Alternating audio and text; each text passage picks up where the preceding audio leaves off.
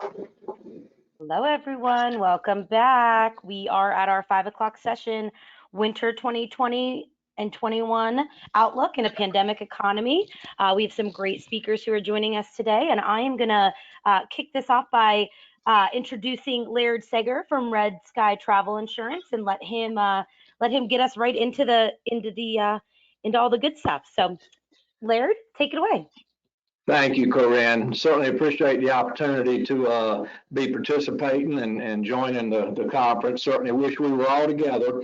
Have the great pleasure of introducing my friend and my mentor, who I'm sure everyone already knows, Ralf Garrison. In thinking about this, I've sort of marveled at the kindred spirits that Ralf and Amy sort of share with one another. Both very, very dedicated to their vacation rental and travel space, but both having the uncanny ability to identify needs and having the wherewithal to perform the research and deliver the content that we all need at very important times. Ralf has come off of a well-earned sabbatical and created Insight Collectives, which is working diligently and successfully to prepare us in this pandemic event. So without much further ado, Ralf, certainly a pleasure to introduce you to our group. Thank you, Laird, and I appreciate your support and kind words. To be in Amy's company is a pleasure that I don't often get referred to. I want to start out by telling you that as luck would have it, there's a little bit of latency going on between when I click and when the slides show up, so I apologize for that.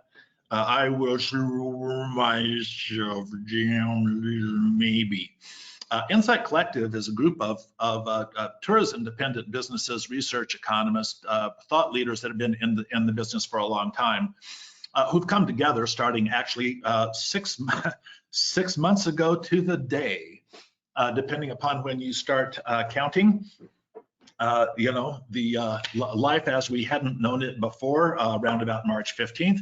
Our mission really is to try to use such data as we can find, such best practices as we can accumulate, such research that may help us guide ourselves and others, and then a sort of think tank process in order to help us figure out how to negotiate the disruptions of this pandemic economy between now and when the dust settles, and then begin to look about how we put Humpty Dumpty back together again. The phrase, none of us is as smart as all of us together, is a good association, and we're offering the work that we do to anyone in the industry that we can help through this process, and it is in that way, amongst others, that I've been blessed with the opportunity to join you today. Our group of 9 you see on the right-hand side, 3 of us are joining today. The guy on the top right-hand side, yours truly, my hair is now twice as long as it might otherwise have been. Brian London, who's on my bottom left screen, but you see waving there to you now, and Jane Babylon. I will have each one of those do a little self-introduction as we come to their designated portions of the session. We have a 45-minute window in which to have a discussion about the forces at play and such data as we have collected. And this simple index here shows you the ideas that we will be putting through in chapters, each with an opportunity to have a little bit of a discussion at least at the end of the chapter or as we go. I'm sure you all know the drill about sending a chat-related question. Should you choose to do so, we'll try to track it as best we can with some combination of Amy and Rebecca feeding us those questions as they're able. Otherwise, we'll talk to ourselves, amongst ourselves, in your presence. And with that, I'll tell you a little bit about the think tank scenario process. We take questions from the marketplace. The one that is sort of most omnipresent and driving us right now is the one that we're getting most often, and that is the one you see in red. How can a destination resort, tourism dependent business and the like prepare for this forthcoming winter when there are so many unknowns and so little reliable data that's available? And our answer is we can't see down the road and around the corner, but we can make several different scenarios that are likely outcomes, determine the variables upon which those scenarios are based, and then track those variables. In techno phrase, those variables are drivers, and you see down at the bottom in yellow the drivers that we are tracking. This is actually not unlike how meteorologists track hurricanes, the metaphor being a particularly appropriate one under these scenarios. So we are doing weekly updates to the data that are drivers and adjusting our insights as we move forward now these next 90 days as the winter season comes into focus. So that's the genius that's involved in the underlying process. What we'll be sharing with you today are the first 3 of those drivers that you see highlighted here in yellow. They have to do with the consumer's perspective about what is transpiring and how that will show up in both the demand coming from the consumer and the supply of our available products, which we know would normally be fixed, but are variable these days based on such regulations that are put in place related to virus management. You'll see that there are several other drivers, and we have a secondary set of drivers. We can go on pretty much through the evening and until tomorrow morning, if only you would be so inclined. Well, there's a lot of reasons why we won't, so never mind that piece part.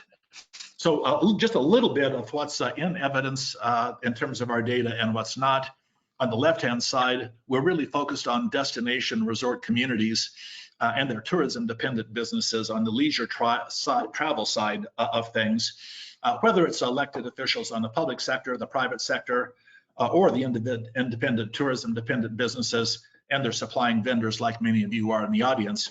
What we're not addressing these days is what you see on the right-hand side, international business travel in general, and what we're calling long-term vacation rentals. But you see an asterisk there because these goalposts appear to be moving for reasons that you may already be aware, but things that we're starting to see when a short-term transient reservation is all of a sudden coming and staying, in some cases for an extended period.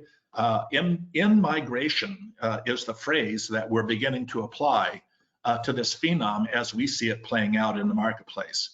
So with that in mind, I'm going to key up the situation assessment. I'm a sailor, so a lot of what I talk about from a metaphorical standpoint is based on sailing metaphor, and the 2 that are most apparent here are this is sort of the same storm, but we all have different boats and different crews, and those boats and crews have a lot to do with how successfully we are going to navigate the storm, whether we want to stay in port or whether we want to go out and play in an adventure. And if we were to be competing, interestingly enough, those who are most confident in their boats and their crews are most excited when there's a weather event that comes to pass in a race. Separates the wheat from the chaff, if you will.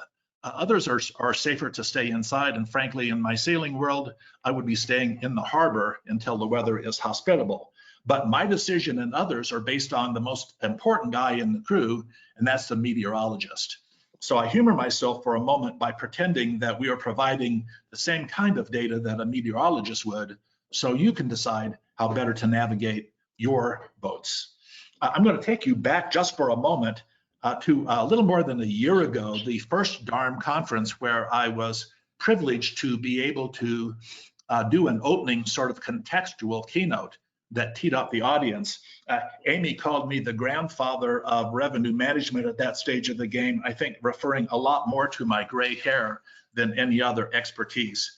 But I took it as my ego dictated and was privileged to join that group and go through a sort of in the beginning, move to today. And what I've highlighted here is my view a year ago, looking forward at the variables that I thought would be impacting data and revenue management. You can see them here, and in the interest of time, I'll not go through them with any specificity, except to say this one at the bottom is the one that got my attention the most. We were talking about algorithms and whether they were ready to stand on their own based on the data that would both determine the supply and demand, the 2 pistons in those engines. And what came up is the idea of those of us who might be comfortable sitting in the back seat of an autonomous driving vehicle Turns out not very many people are willing to do that quite yet. So we coined the phrase autonomous pricing and ask ourselves that same question. And this is kind of where the outcome came as I teed up that open session, and then the discussion continued throughout, each with their own idea about the combination of machine learning, AI, and the business rules that go there versus the human touch that sometimes is a strategic part of the scenario. So if that's where we left off, nowhere in my scenario or looking forward was there anything about the forces at play that we see now. In the winter mountain season, it had always been snow. We haven't even had a snow conversation. In sun and beach destinations, it might be any number of things. But a black swan event, you can see two different definitions here, each one saying that it's a surprise, it could not be anticipated, it shouldn't have been on your radar screen. Nonetheless, here we are. So although you shouldn't have been expected to have it on your radar screen, you all get a hall pass to say, it's not my fault. The harsh truth is that here we are, and the opportunities to proact or react are pretty much the same for all of us, i.e. same storm, different boats. The question is who does what when, and how does it all turn out? So we find ourselves as consumers, as lodging properties, and as vendors somewhat gobsmacked with this little joke that's been going around for a while, but it puts a smile on my face and lightens up what is otherwise a fairly serious subject.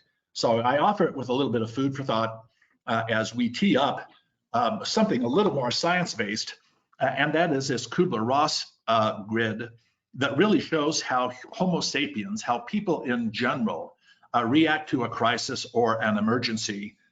Starting at the far left with shock and denial and frustration and anger. And it's really not until those things subside and people start settling down that they begin to be able to get their feet on the ground and start thinking, looking forward. Some of that will be coming from the consumers, some of it from those of us in the industry. But you can see that we've divided this into an early stage of what you need to know, the facts that will help you make good decisions as you look at the upcoming winter season in this instance, and what's beginning to appear to be some, I'm not going to use the word new normal. I think we've all heard that plenty good. So I'm using the word new realities about what the future will look like to the extent that it's going to be different than what we've seen in the past, 2019, and that what now looks like to be a very happy decade prior to that time, at least based on today's view. So from that point, I'm going to take us through just a few economic indicators. This goes back to 2006, where you see three lines. You can see that the red one, which is unemployment, went up, went down to an all-time low. And in this past 12 months, since I last presented this grid, as would be expected, unemployment went straight up, especially in tourism travel, and has now come down partway at least. We don't know if it's stable or not, of course. And that's indicator number one. Consumer confidence, we would expect to have taken a hit. It in fact did, although somewhat delayed and maybe not as much as we would have been concerned. It turns out that the markets are actually doing pretty good. People's individual assets in their homes are doing pretty well. So for some of us who are maybe flying above the clouds a little, that represents some of the leisure travel industry, we haven't been hit as hard as others. The third indicator, of course, is what the markets, the financial markets suggest. Dow Jones in this case went up, took a hit, and it's grown back up pretty much to the previous indicator. An anomaly that I'll leave for another day, but not an indicator that has much gravitas from my perspective in terms of a valid economic indicator going forward. John Maynard Keynes, a pretty heralded economist that came out of the 30s, that said the markets have the ability to be unpredictable longer than you can hold on, metaphor, or actually paraphrase. So this is the 12-month view, seeing pretty much the same thing, but close up, that illustrates the points of what's happened in the overall market. And I kind of lay it out to those of you who are in pricing and revenue management as this very simple graphic of demand over supply. When demand is greater than supply, it creates pricing power, and that helps us set rates to the positive. If that demand were to be less, of course, that's a less than one number. It represents negative pricing power, and one would probably behave the other way. Oversimplistic, but it counts on the fact that we know and can quantify demand, and that we know and can quantify supply. And therein lies the question, the consideration that I think is most interesting as we enter into the balance of this discussion. And those of you who are lodging properties are probably trying to figure out demand and supply and how it helps you with your pricing power. Those of you who are vendors who are driving your systems to perform as only they can have to adjust the way that your algorithms are built based on the new realities that we find ourselves in now. So we'll try to spend the balance of the time providing some data points that we think are instructive. They're drivers to what might be impacting demand and what might be impacting supply, keeping that focus for the balance of our conversation. So with that in mind, I am able to move over to introducing Jane Babylon, who has collected the data and helps us manage one of our drivers that related to virus tracking. And in that process, we'll be able to go through the next stage. Before I do so, I'll pause for a moment and invite any questions or comments, clarifications, either from my audience or from those in the listening audience. Laird, although your business is travel insurance, what you can see and what you learn from the overall marketplace, I think is probably pretty impressive. If you're still with us, do you have any further comments or suggestions about the intro? Yes, I think I shared with you earlier that our travel insurance sales have somewhat been reflective of the economic indicators that you shared. Year to date, from January 1st to March 31st, our travel insurance sales had fallen 2%, primarily due to the shutdown that occurred the last 2 weeks of March. Through year to date, May 31st, deep into the shutdown, our travel insurance sales had decreased 28% from the year before in 2019, a really significant decrease in premium activity and remittance. Through August the 31st, our travel insurance sales are up 17% year over year from 2019. Totally unexpected, but just illustrates the robust intention of travel that I think the summer destinations and coastal destinations have experienced, and the travelers with the consumer confidence decline seem to be very confident about their willingness and interest in travel and in securing that with travel insurance purchases. But I think it really goes hand in hand with your economic indicators.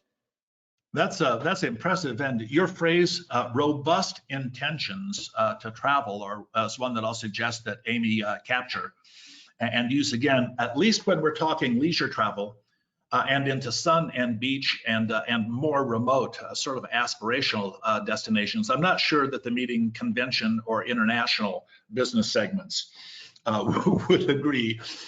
To some extent, I think we're all happy that we're living in this segment of the industry, as has been already illustrated.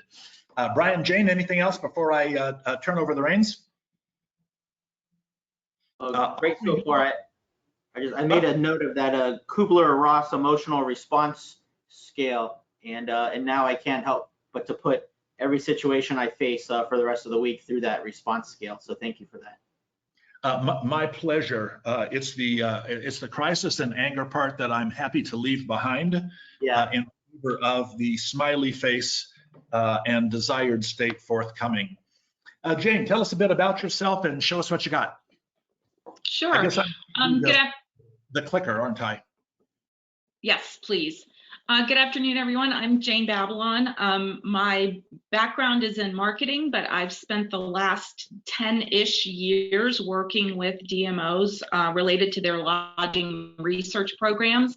And now for the last few months, I've been working with Ralf and the Insight Selective group. So thanks for sticking around with us this afternoon, and which for those of you like me on Eastern time, it's kind of off the end of the day. So we appreciate your sticking around. Ralf, if you could move to the next slide. Click. Thank you. We're not going to go into really deep virus tracking details. One, because I'm sure you've all been hearing them and are getting a little tired of them, of getting into the actual numbers, and also because it's really hard to generalize across the entire country, even across a region, what's going on. So we're going to talk a little bit about the kinds of data that we think it's important for you to be tracking. But I am going to just set the stage a little bit with what the upcoming winter is starting to look like with a few high-level numbers here. The first being that the latest projection from the University of Washington model is projecting 410,000 deaths by the end of the year. So doesn't show signs of letting up, obviously. The numbers and the forecasts coming out of the CDC are showing just a really uncertain trend in new cases. Again, going back to what I said, that it really varies depending on location. There are only 12 states or territories that they are forecasting to actually decrease in the number of cases over the next 4 weeks. You know, you've all heard Dr. Fauci saying, prepare to hunker down, that with between flu season and COVID, and just winter weather, the next little bit is going to be problematic. Not anticipated to have widespread vaccine use until mid to late 2021, seems to be kind of the most likely projection. So all of that is just really to say that this is sticking around with us for the next while, and the way we learn to manage and mitigate it is really what determines whether one destination, one locality, one resort versus the other, it really falls in that winners or losers category. So Ralph, if you could move to the next slide. This is just an example of what we are tracking on a weekly basis and what we recommend that you be paying attention to. This is just kind of a sample of some Western destinations that are comparable to one another and what their new caseload is looking like. We've kind of highlighted 2 there that kind of stand out from the rest of the pack. But we suggest that you be looking not only at your destination, but also at your comparable destinations to really understand what's going on and what you and your competition are facing. Click on to the next one. Okay, this is an example of how we think a consumer might be shopping when they are thinking one of several destinations. That's part of the reason why we offer this point of view. Several others forthcoming, and I've clicked to the next one, which is another sample, I think. Yes, it is. This is another sample, and the other thing that we really recommend that you be paying attention to, which is how the feeder markets are looking in comparison to one another, because this is where your guests are going to be coming from, and what's going on in their local region is not only going to impact their desire to travel, but also going to impact your desire to have them coming to your location as guests. You may need to change some of your marketing spend, but you know, it's going to come down to kind of balancing off the guest desire to maybe get out of an area that's high in cases and come on vacation for a bit, compared to your desire to want to have those guests in your destination. We're going to talk a little bit more about that in just a minute or two. Ralph, if you could click on to the next one, please. This is an example of the levels that the CDC is kind of assigning as levels 1, 2, and 3 of risk for destination. And this is just a reminder again that you want to keep an eye on how your destination is doing in this, as well as your competition, and how, if you're a low risk destination, how you could start to use that to your advantage in attracting guests back to your area. And click on to the next one, please. Thank you. So virus tracking case count, why does it matter? There's lots of reasons, obviously, that it matters, but here's some that we think are pretty key. The number of cases in an area are going to determine your capacity limits. Your health department, whether they're going to shut things down again, whether restaurants and attractions can have, 10% occupancy, 50% occupancy, whatever it is. So that's going to affect your supply, how many guests can be in a hotel, etc. It's going to affect your demand based on the perception of your potential guests and whether they want to come to your area or not. Also going to impact demand by the quarantine regulations that those guests might face when they head back home. If they're going to travel to an area and then go home and have to quarantine for 2 weeks, that's going to impact their decision as to whether they want to travel there or not. And then what I mentioned briefly before and said we'd get to a little bit more in a minute, there's actually a Harris poll out that has suggested that residents of the hardest hit areas, the areas with the higher case counts, are the ones most likely to travel. That obviously creates a little bit of a dilemma, as we said, because they want to get out of where they are and get to what they deem a safer area, but your local residents maybe don't want those people coming there. So you're going to have that, you know, kind of that trade-off between those two. And it's definitely something you need to keep an eye on, because you don't want your residents being unhappy with the guests that are coming there. And Ralph, I think you had mentioned that some work you had done with the Lake Tahoe area had kind of seen some impact of this. If you've got, would just kind of share that with us for a minute? Happy to do so. I'm sure nobody in the listening audience has had any sense of local pushback. I say that with my tongue in my cheek. But our first scenario planning model was in Lake Tahoe the first week in June, which is when Nevada and California were doing their first attempt at opening. The model that we came up with and the scenario that we came up with used San Francisco as the feeder market, Lake Tahoe as the target destination. And the conclusion was, as the pandemic increased in San Francisco and it locked down, people would be locked down and less likely to travel, and that would show up as less demand coming from San Francisco into South Lake Tahoe. Of course, it didn't take us but about 10 days of watching the actual reservation activity and best practices to find out exactly the opposite was true, right? The rats were leaving the sinking ship as fast as they could from San Francisco, looking for the metaphorical equivalent of greener pastures. And that's just the start of a phenomena that I think we've all seen, not just with short-term transient visitation, but with people that are coming and staying, sometimes for extended periods. In this particular case, it also had the anticipated consequence of those in the Tahoe area, locals and even some second homeowners, having the expectation that their community and their own health and welfare were being negatively impacted by guests. So the problem a year or two ago might have been over-tourism. This is a unique twist on over-tourism. I don't have a good name for it, but it's the wrong kind of tourism. And Tahoe has seen several protests, including organized protests to the gateways in and out of Tahoe on Friday, suggesting people go elsewhere, and on Sunday suggesting they not come back. The stories get more and more interesting and unbelievable, especially in the very remote destinations, be they island destinations or very rural mountain resort communities where there's the sense that you can protect yourself in the overall market. So that's my story of one. Anybody have anything else to offer about virus and virus tracking before we move on? Brian, you flinched, but I think it was only a glasses adjustment. Just a glad, just that you know, I guess the hardest part about tracking the virus is it's so tough to see. It's only the symptoms that you're, yeah. Okay, that's a good tee up for my section. Okay. Ralph, one of the attendees in here just agreeing with you, saying that they had a similar experience where a lot of folks were fleeing Tahoe, heading up to Oregon because they felt like Tahoe was too crowded. So a lot of folks from California, you know, doing the same thing, getting up and leaving the areas that were too crowded, whether it be by tourism, because of tourism or not, and going up to other states. So just a note to sort of, you know, that aligns specifically with what you're sharing there.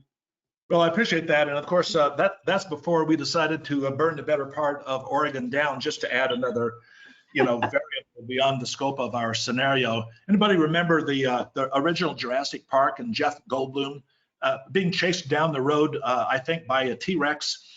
And he went off on more than 6 variables creates chaos theory. I think we have well more than 6 variables these days. And the T-Rex virus, I think I'll leave to Brian to spin off on here a little later on. So Off we go. By the way, we take our work pretty seriously, but we try not to take ourselves too seriously in the process. I think there are kindred spirits amongst those of you in this organization. If not, I offer that excuse. All right. So recovery economics and a little bit of the winter outlook. This is Ralf again. I want to let you know this is an interesting opportunity for me because the real experts that are going to speak to this with data immediately follow this presentation. Although I did have a chance to listen to this same group huddled together earlier this morning on the East Coast side, excuse me, and I'm pleased to report that in our extended network of the Insight Collective, Scott at AirDNA, Jason and Scott from Key Data, the STR gang have all been very helpful and forthcoming in helping provide such data as they can to help us look down the road and around the corner. And we really appreciate that kind of collaboration to the greater good of the industry. So this is a quick look in anticipation of the next session, which is where the beef will be. Think of this as the warm-up band, I guess, before the show that you paid for is really coming forward. But I'm going to spend a moment talking about the supply side first.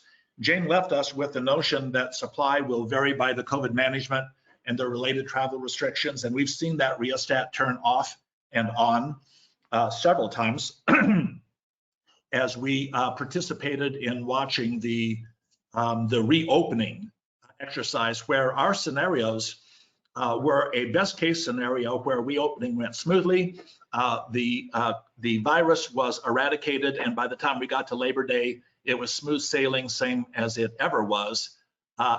The results turned out to be worse than we had anticipated in the worst case.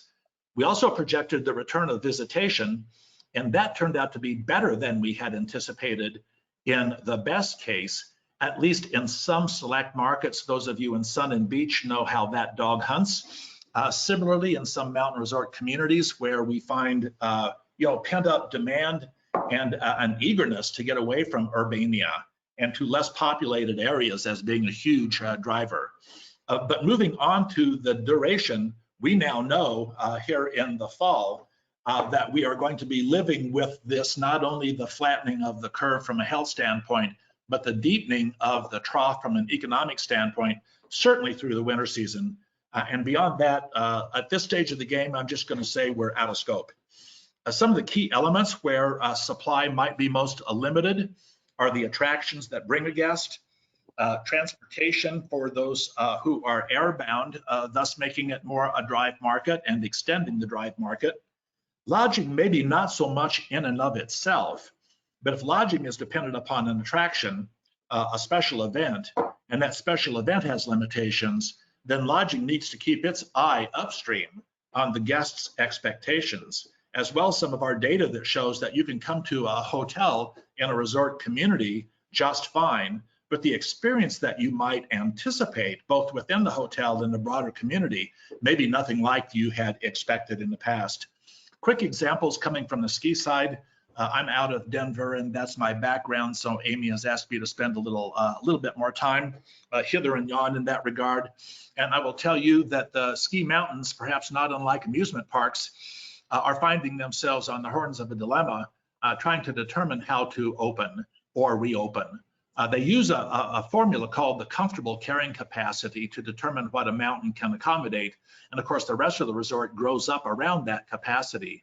In this case, any limitations that come from regulations of health and safety will drop mountain capacity by what is anticipated to be between 1/3 and 2/3 of overall capacity.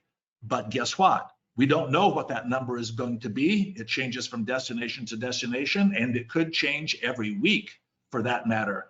So the resorts are trying to figure out some sort of rheostat that they can use to adjust their supply commensurate with these overall scenarios. And obviously, if the lodging community is accustomed to 100% capacity and they find themselves at 2/3 or 1/2, there'll be an unintended consequence. Imagine a guest traveling from afar, ending up a resort only to find out that they can't get their hands on a lift ticket by way of an example, or an attraction.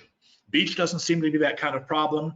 Golf doesn't seem to be quite that same kind of problem. So in a perfect world, I think you would position yourself in the leisure travel marketplace in a sun and beach destination where you didn't have a major attraction, that you had a broad-based beach and many activities available. And if you had a choice of lodging, it would be less dense. If you could find yourself in a situation like that, you would be a happy kid, no doubt.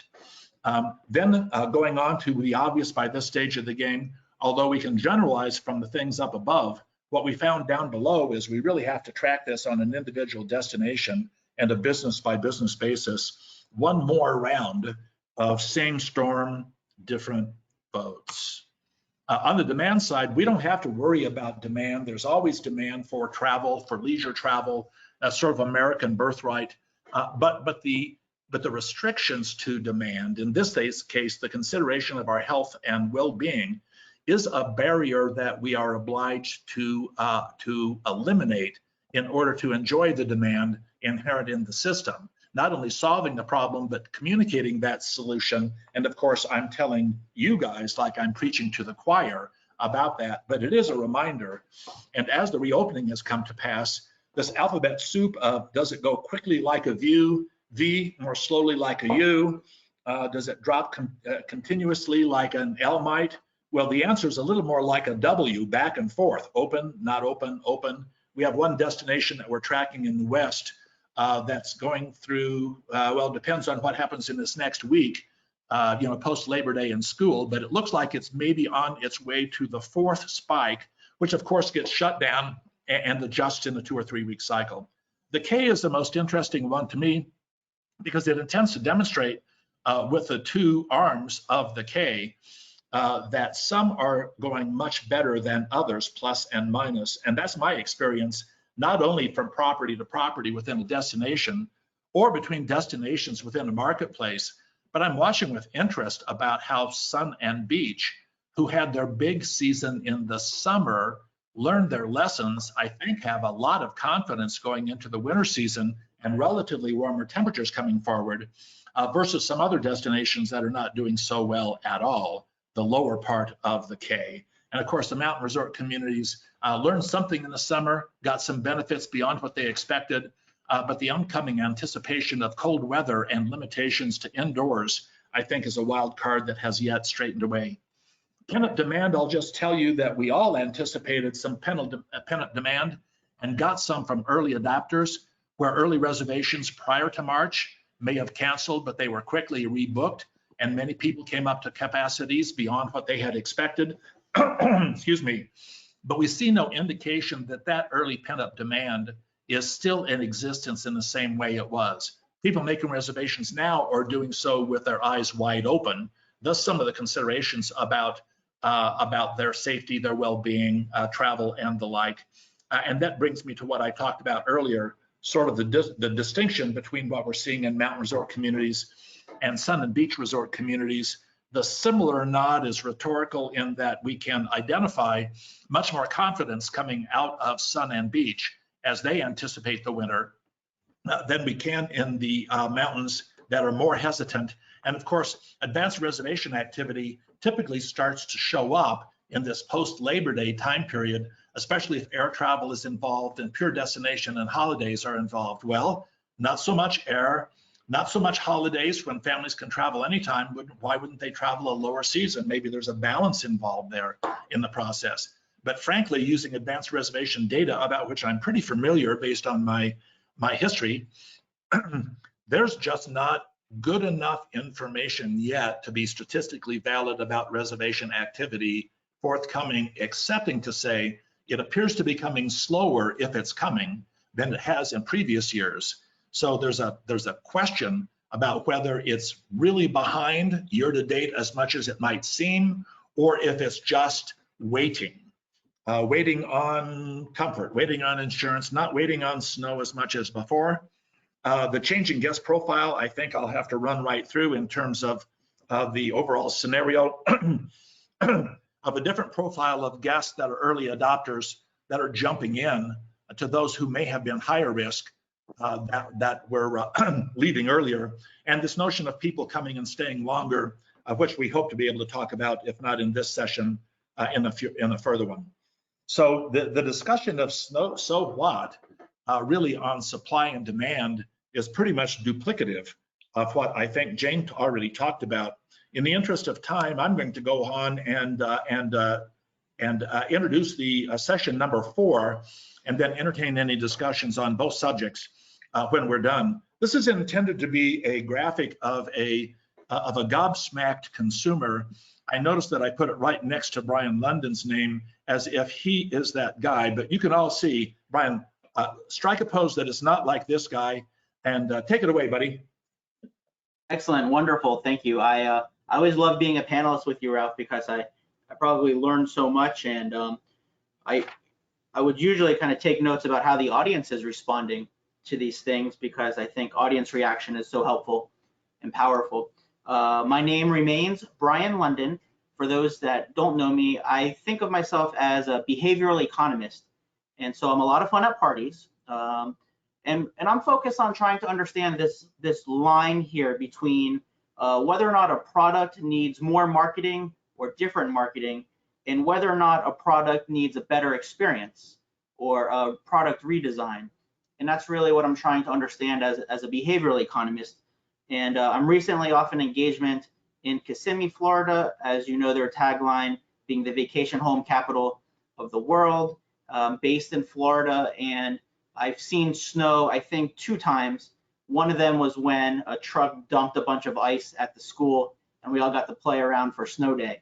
So I was really excited to hear about some ski and snow insight. I'll be sharing some of those, but also some sun and fun insights as well. I'm going to ask Ralph by this signal to advance the slide. Magic. Yep. Okay.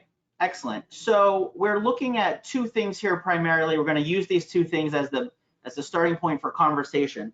And because this is a conference, really, I'm just sharing what I think is most important. And then after this session ends, and based upon your notes, you should all get together and discuss these things and make sure that they're not only relevant to your situation, but that you can actually take action. And that'll be the most important implication for my 2 slides, is giving you an ability to really take action and move the market. So first up here, we're focused on what are the concerns about traveling again? What are the barriers getting in the way? And the takeaway from a slide like this is that you actually can't control hardly anything on this slide. You know, safety of air travel, you've got to rely on the carriers to implement the proper protocols and then to market those protocols effectively. Going to hotspots, here again, you've got to rely on the resident population and the political leadership to take care of these things. So it's very important to know that the things that concern people about traveling are out of our hands as individuals. And to that point, on the bottom of this scale are individuals' personal financial situations. There's talk of a recession or a latent recession built into the pandemic, and whether or not that's the case broadly based, you know, as we say on an economic front, the recession is here, it's just not evenly distributed, okay? And so our traveling members, traveling residents are essentially not being impacted currently by their current financial situation. That's something very important to keep in mind. And that it's not a question of whether or not they have the money or they're willing to open their, whether they have the money to travel. It's a question of what are we doing to encourage them to open their wallets to actually spend that money with us in our resorts and our destinations. We'll keep this slide up, and I think it will be made available for distribution so you can read it at your leisure. But that's the important takeaway from this first of 2 slides. Next slide, Ralph. I knew that was going to happen. Yeah. Clairvoyant. Excellent. So what will increase their likelihood of visiting? As you heard earlier, we like to have this a data-driven process to the theory. And we're seeing the top 2 things that will increase their likelihood are health and safety measures being implemented and the ability to cancel trip reservation without penalty. That's on the leisure side. We see something similar on the group side. We know meeting planners want to be sure that attrition clauses are written appropriately so that they can cancel should they need to be.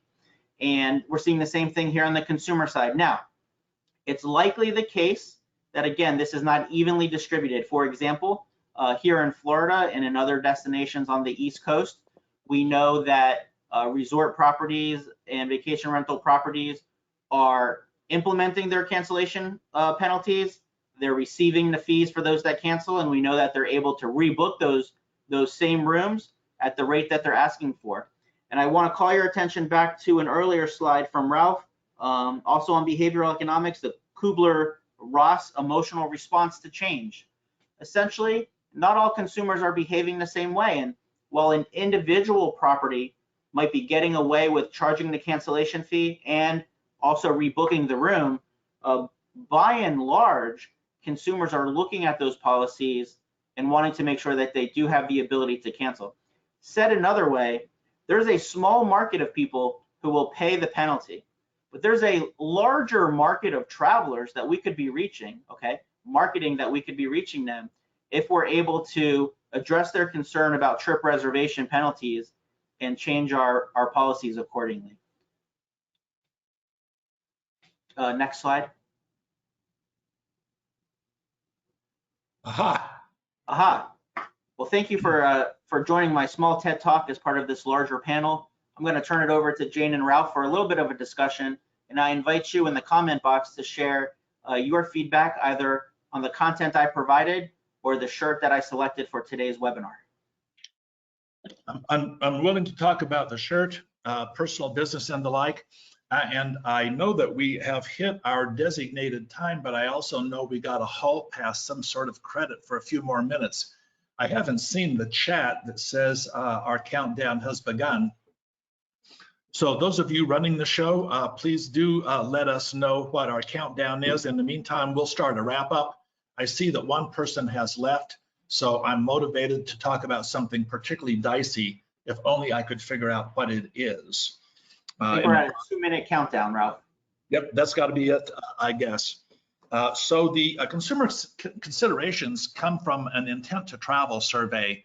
The destination analysts are a group out of the West Coast that are doing a wonderful job, started doing so early in March. Some of the data that we're getting here is a travel specific intent to travel, and that original benchmark and its subsequent updates have shown an awful lot that helps us understand where guests are coming from in their intentions prior to reservation activity data, which of course I think is a gold standard for what they're really doing, not what they're just talking about. And of course, that's a segue into those who track such things in our next session. So in terms of other forces at play, a pump primer, if you have nothing else to do, I'm sure that you'll want to join us sometime between 10 o'clock and midnight next week to talk about insomnia-related travel motivation.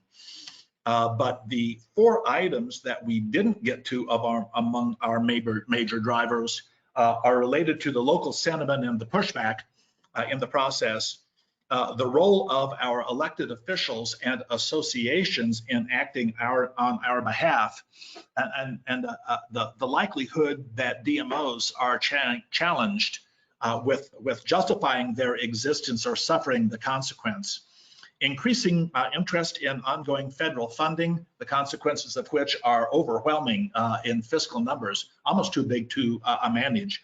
But as you may know, the next round of cuts, including significant elimination of subsidies in the air carriers, are coming up in September 30.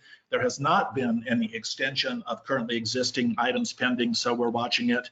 And then this notion of in-migration, I'll just quickly say that most people historically travel to an attraction for purposes of recreation. They're going somewhere. But there is I need a vacation, right? Kind of travel where they're going away from something contemptible, urban work, chaos, and the like.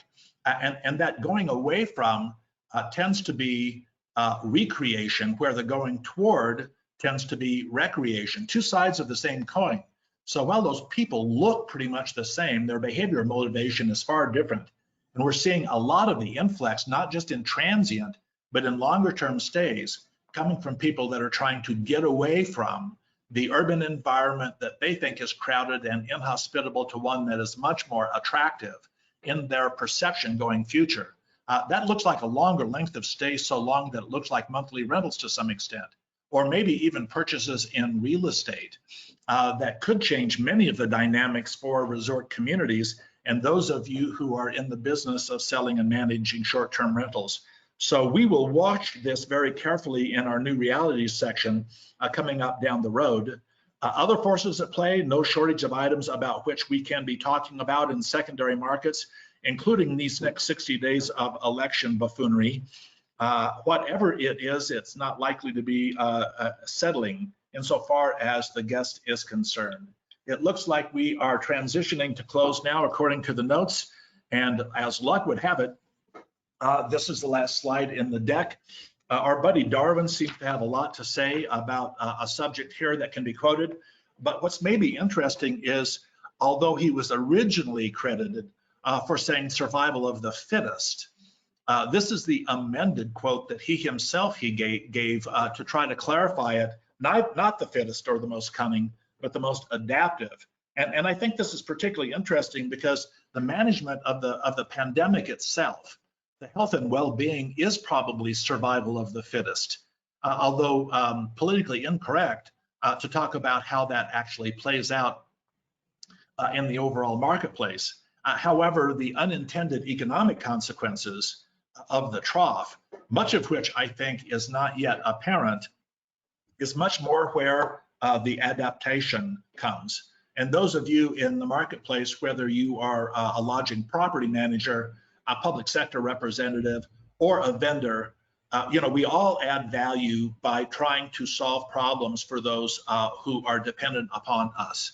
So in many ways, this is a time that's full of opportunity.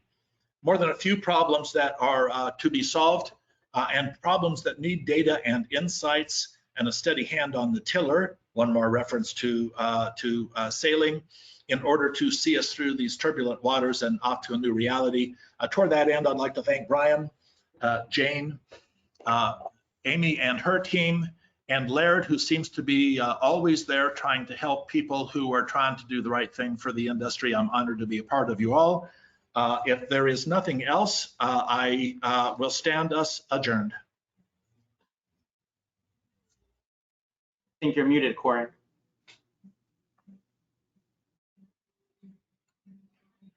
Anybody read lips? Corey is saying that we did a wonderful job.